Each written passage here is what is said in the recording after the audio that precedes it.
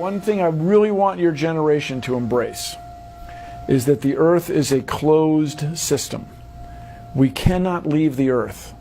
There's no place to go.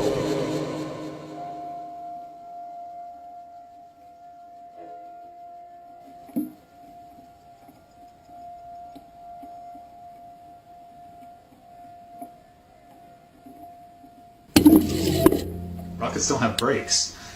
It literally stopped. All of that angular momentum from the rotation of the rocket and the linear momentum from flying up just stopped. No, it had to have hit something. But what did it hit? If it hit a solid surface, the rocket would have been destroyed, and most likely the camera too, so we wouldn't have the footage, and obviously that's not the case.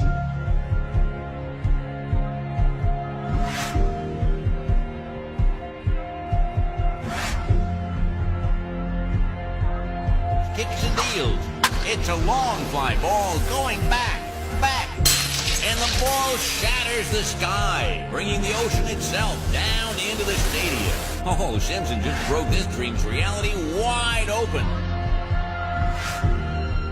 I know we have still not shattered that highest and hardest glass ceiling, but someday someone will, and hopefully sooner than we might think right now.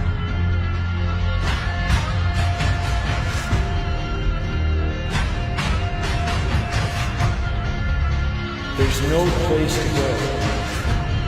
Although we weren't able to shatter that highest, hardest glass ceiling this time, thanks to you, it's got about 18 million cracks in it. And it may be hard to see tonight, but we are all standing under a glass ceiling right now. People figured out that we were an enclosed system. The more advanced we got, it would be the biggest thought on our minds. That's all we care about. You could make a wildlife preserve 1,000 miles square. All people, all human beings would do is just be knocking on the fence constantly, going, why is this fence here? Who built the fence? Why are we in here? And so on and so on. Why do you think that Truman has never come close to discovering the true nature of his world until now? We accept the reality of the world with which we're presented. Earth. Yep. Earth. Yep. Earth. If you start here, and you go around long enough in the same direction, you wind up in the place you started from. Yes, Thomas. Why don't we fall off when we walk underneath, Miss Sarah? Because of a force called gravity. What does gravity look like? Gravity is something we can't see, but we know it's a great invisible force that keeps us all here on Earth. It's a natural force that keeps us all from flying off into space. We were always told that the world is flat. You are told right. Don't listen to her. I've been patient with you, Sarah. Lord knows I've been patient. But now your words have revealed you. The law of gravity was discovered by Sir Isaac Newton in 1687. That's almost 200 years ago, Uncle Evan. But there is only one law. The law of God. What is gravity? I have no idea. Okay, next question. Wow. No, here's the difference. We can describe gravity. We can say what it does to other things. We can measure it, predict with it. But when you start asking, like, what it is, I don't know. Einstein, in an Einsteinian answer, we would say gravity is the curvature of space and time.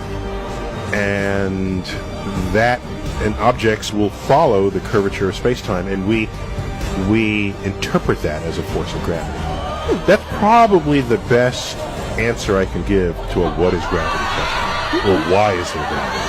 That's the best I can do there. I think that's a good start.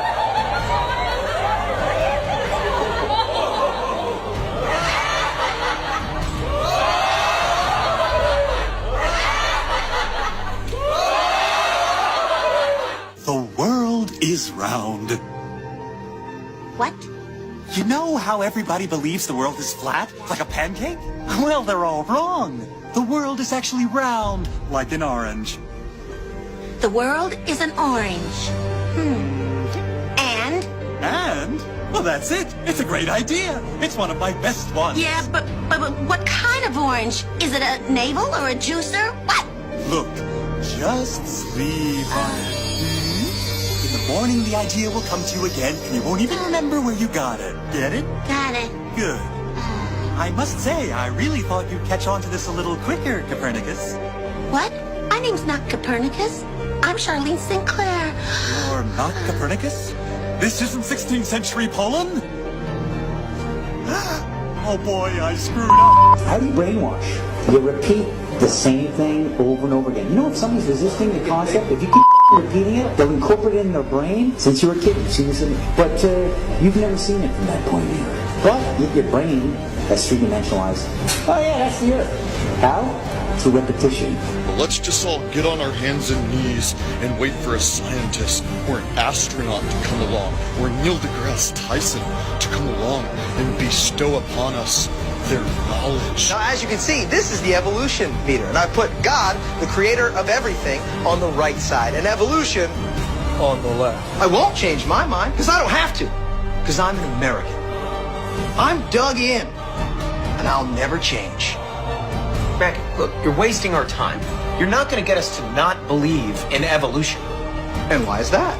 Because the smartest scientists in the entire world all agree that it's real.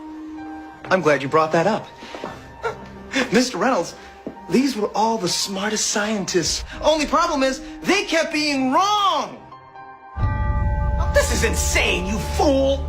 I'm a fool because I have more faith in the saints that wrote the Bible? Yeah, because you just read the words of a bunch of guys that you never met, and you just take it on faith that everything they wrote was true. And what makes you think what your scientists are writing is any more truer than my saints? Because there are volumes of proven data, numbers, figures. Have you poured through the data yourself? The numbers, the figures? Well, no. No. Oh, interesting. So let me get this straight, Mr. Reynolds. You get your information from a book written by men you've never met, and you take their words as truth based on a willingness to believe, a desire to accept, a leap of, dare I say it, faith? Come on. Look, I mean, I don't even know how I'm supposed to respond to that. Like, come on. I rest my case.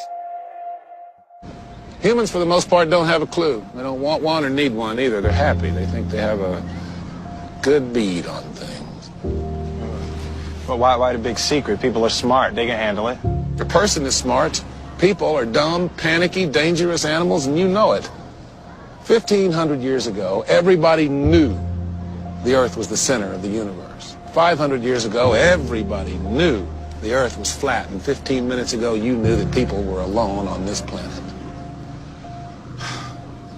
Imagine what you'll know tomorrow.